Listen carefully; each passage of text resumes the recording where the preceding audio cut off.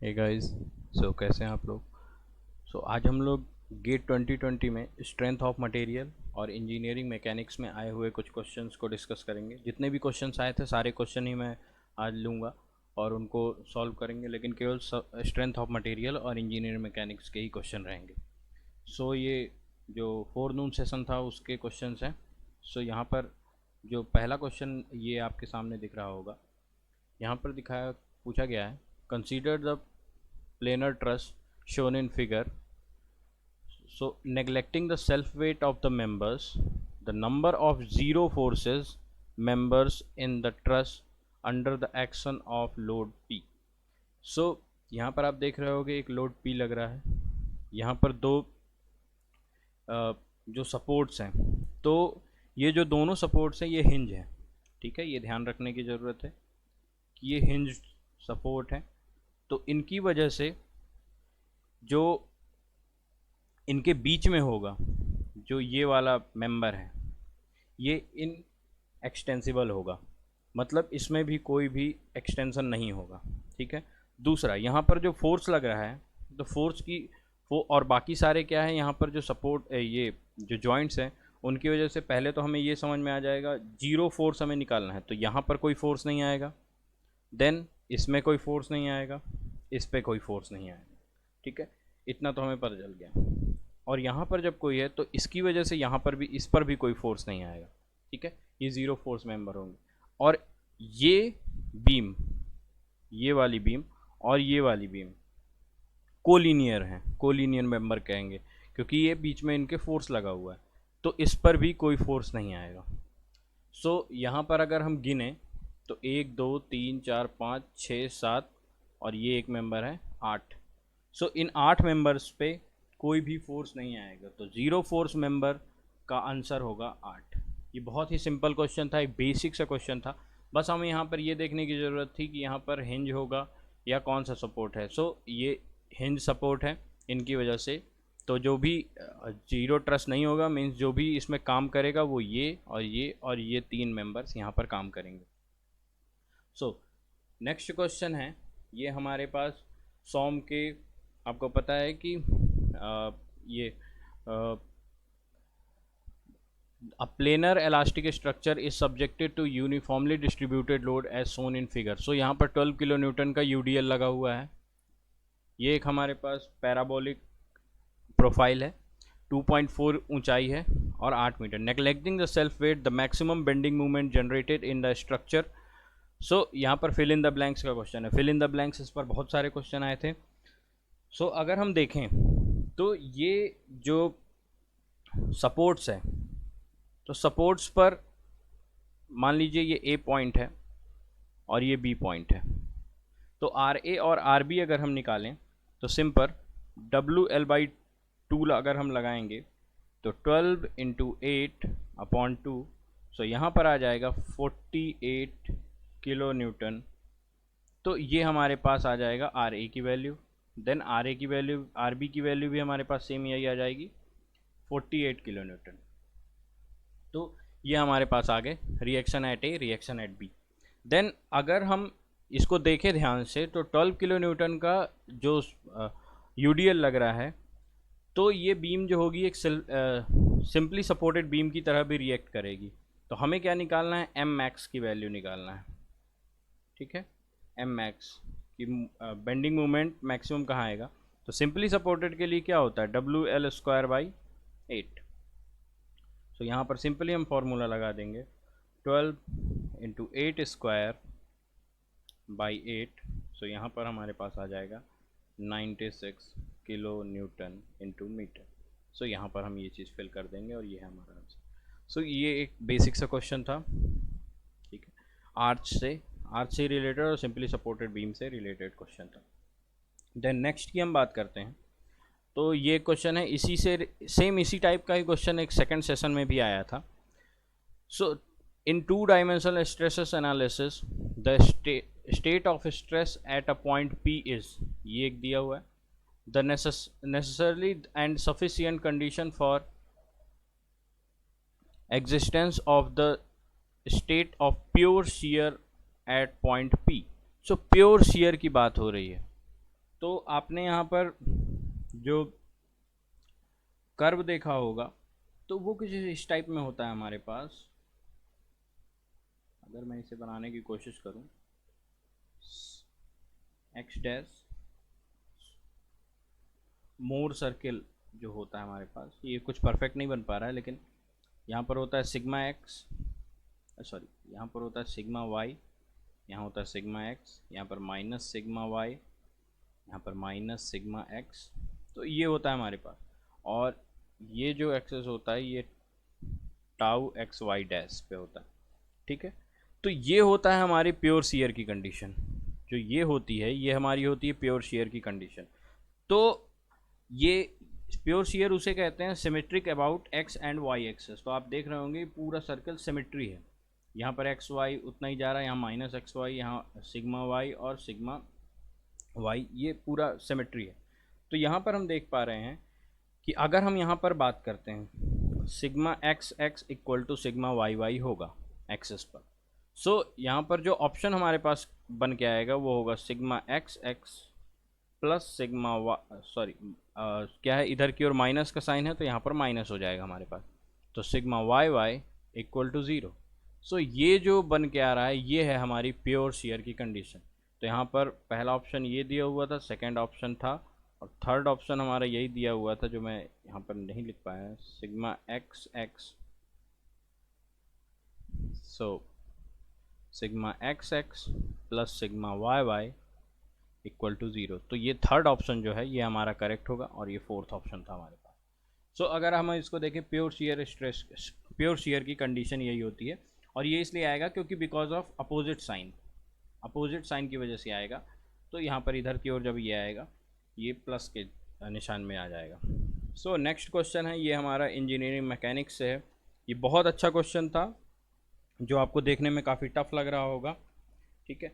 तो यहाँ पर है a rigid weightless platform PQRS shown in figure can slide freely in the vertical direction. The platform is held in position by the weightless member OJ and four weightless, frictionless, rollerless point O and J are pin connections. A block of 90 kilonewton rests on the platform as shown. सो ये block एक रखा हुआ है 90 kilo Newton का इस platform पर, ये roller लगे हुए हैं जो फ्रिक्शन लेस हैं। सो ये हमें देखना है, और रिजिड प्लेटफॉर्म ओ जे है, कहाँ है ओ जे, ये है, और यहाँ से यहाँ तक ये है हमारा ओ जे, ठीक है। तो जो ये पूरा फिगर दिया हुआ है ये पूरा आपको कंफ्यूज करने के लिए दिया हुआ है, इतना बड़ा फिगर कि कोई भी देखेगा इस क्वेश्चन को सोचेगा बहुत टिपिकल क्वेश्चन है, छोड़ देगा। तो इसमें केवल हमें यह करना है कि मैं एक फिगर आपको अलग से बना के दिखा देता हूँ। ये रहा हमारा जो ओजे दिया हुआ है, ठीक है। अगर हम, ये पॉइंट है ओ, ये पॉइंट है जे, ठीक है। अब यहाँ पर क्या हो रहा है, 90 किलो न्यूटन का लोड ऊपर से लग रहा है, ठीक है, 90 किलो न्यूटन, ये आप देख रहे हो यहाँ पर, ये 90 किलो न्यूटन का लोड यहाँ पर लग रहा है। तो इसके लिए एक हॉरिजॉन्टल यहाँ पर मेंबर आएगा, ठीक है। यहाँ से अगर हम ये जो बना हुआ है ये पूरा ट्रायंगल अगर कंप्लीट कर लेते हैं तो ये होगा हमारा 3 मीटर का, जो यहाँ पर दिया हुआ है ये 3 मीटर, और यहाँ पर है 4 मीटर। सो ये रहा 4 मीटर, ठीक है। ये रहा हमारे पास पूरा डायमेंशन। तो यहाँ पर भी एक हॉरिजॉन्टल जनरेट होगा, ठीक है, और यहाँ पर ऊपर की ओर एक रिएक्शन जनरेट होगी। तो अगर हम, if whole platform is rigid, so this W सीधे आएगा J पर। अगर ये रिजिड है, जो अभी बात की गई कि रिजिड है, तो J पर सीधे आएगा। तो यहाँ पर हम पहला क्या कर सकते हैं, first condition, sigma V will be equal to 0 vertical direction. तो यहाँ पर क्या होगा, R माइनस 90 इक्वल टू 0, क्योंकि 90 जो है ये एंटी क्लॉकवाइज और R क्लॉकवाइज लग रहा है। सो ये हो गया हमारे पास 0। देन सो हमारे पास R की वैल्यू आ जाएगी 90, यहाँ से हमारी निकल के आ जाएगी। देन सेकंड हमें जो निकालना होगा, sigma M will be equal to 0 at J। तो अगर हम इसको सॉल्व करेंगे तो अगर हम निकालते हैं h इंटू 3, क्योंकि h जो है वो 3 मीटर पर लग रहा है ये डिस्टेंस, माइनस ये हमारा एंटी क्लॉकवाइज इसलिए पॉजिटिव, और क्लॉकवाइज डायरेक्शन हम निगेटिव ले रहे हैं, तो क्लॉकवाइज r इंटू 4, ठीक है, इक्वल टू 0।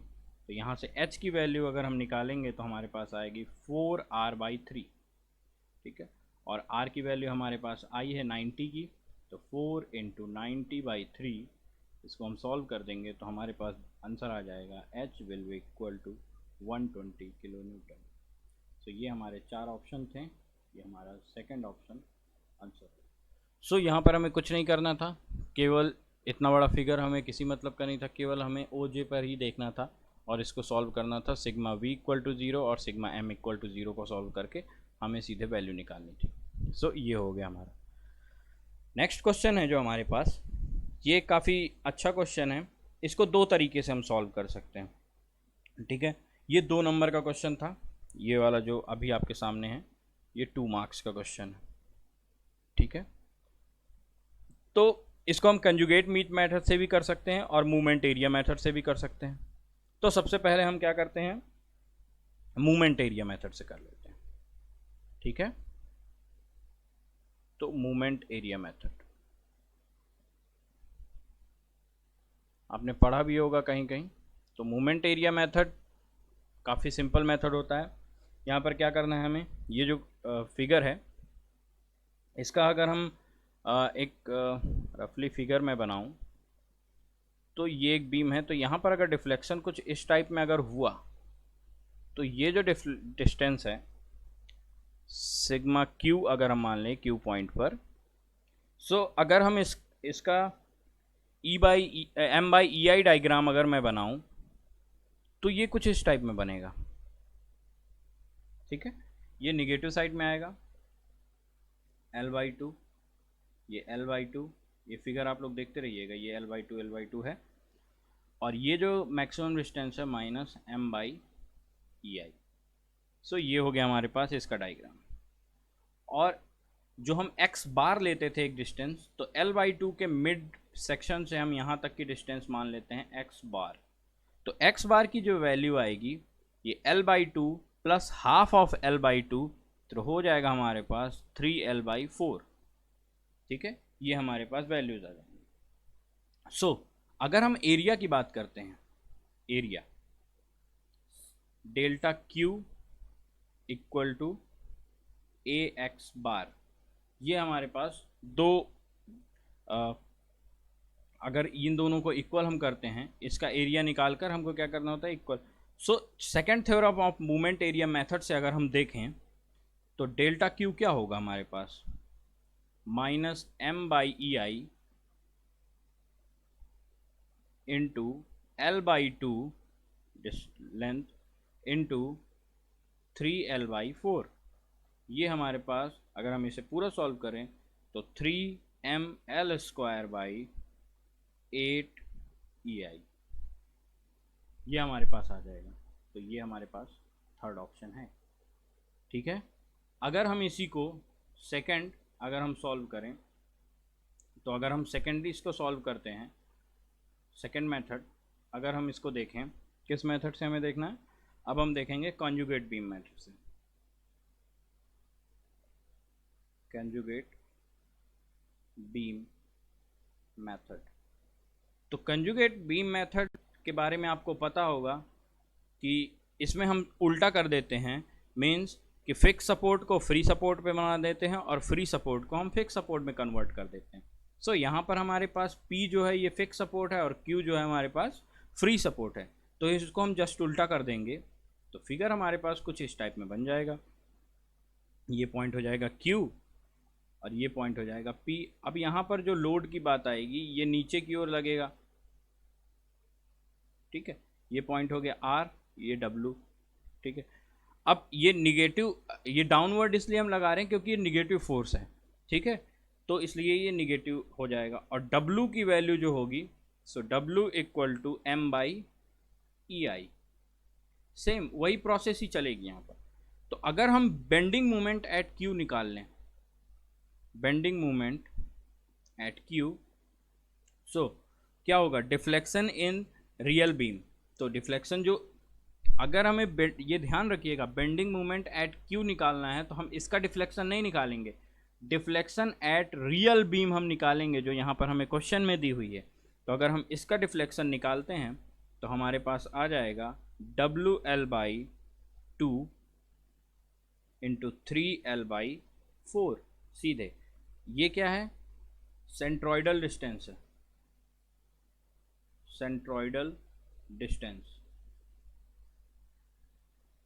ठीक है। तो मतलब हमें क्या करना होता है, अगर हमें एरिया निकालना है तो area and multiply with centroidal distance अगर हम कर देंगे तो हमारे पास बेंडिंग मोमेंट एट क्यू निकल आएगा। और अगर हम इसको सॉल्व करें तो यहाँ पर हमारे पास आ जाएगा WL²/2, और यहाँ पर W की वैल्यू हमने क्या रखी थी, M/EI। तो M/EI यहाँ पर W पे पुट करने पर हमारे पास आंसर आ जाएगा 3mL²/8EI। सो ये हमारे पास आंसर आ जाएगा, जो हमारे पास थर्ड ऑप्शन है। तो चाहे हम मूवमेंट एरिया मेथड से इसको सॉल्व करें, चाहे कंजुगेट बीम मेथड सॉल्व करें, जो आपको सिंपल लगता है उससे आप सॉल्व कर सकते हो। सो ये हमारे पास, ये कुछ क्वेश्चन थे हमारे पास जो काफ़ी सिंपल से ही क्वेश्चन थे, मैंने सॉल्व कराने की कोशिश की है। और इतने ही क्वेश्चन आते हैं, और गेट से आपको इससे अंदाज़ा लग जाएगा कि गेट में किस लेवल के क्वेश्चन आते हैं और किस लेवल की आपको तैयारी करने की ज़रूरत है। Thank you.